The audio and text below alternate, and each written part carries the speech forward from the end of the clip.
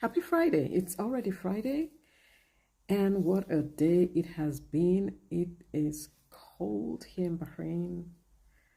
And for those people living like in Europe, you probably thinking, what are you talking about, Tosi?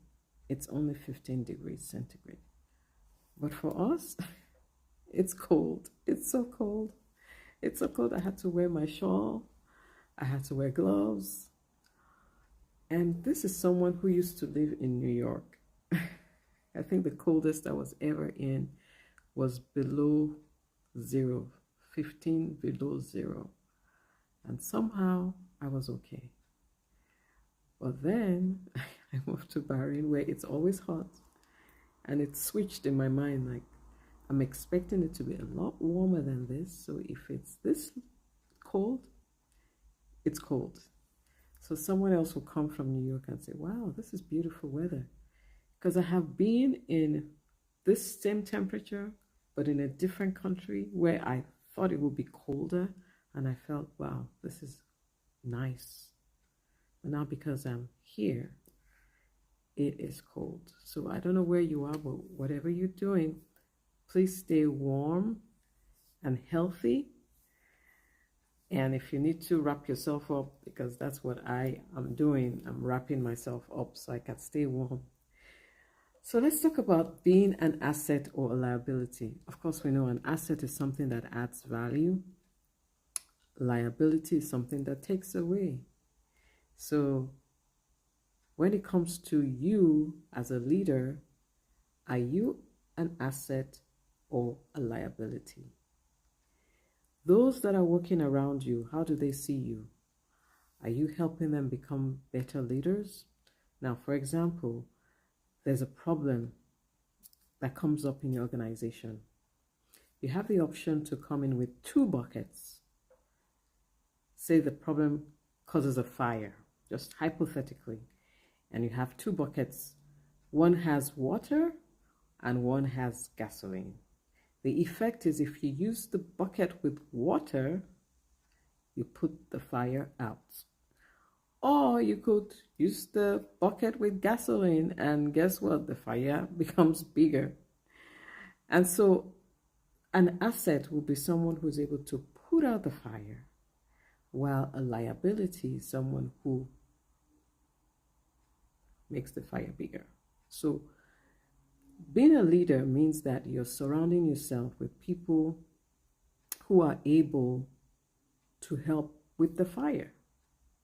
You're building them up so that they can become assets.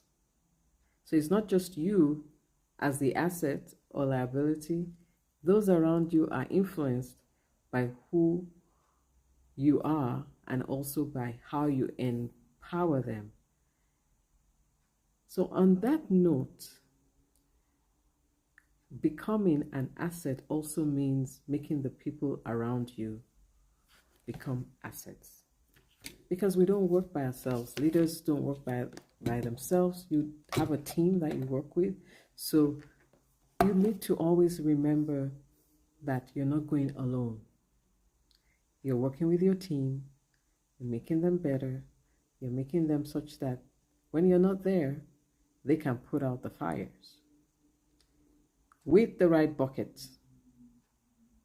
So have you trained the people around you so that they can be the assets and not the liability? So that when there's a fire, and there will be fires, every organization will have some fires.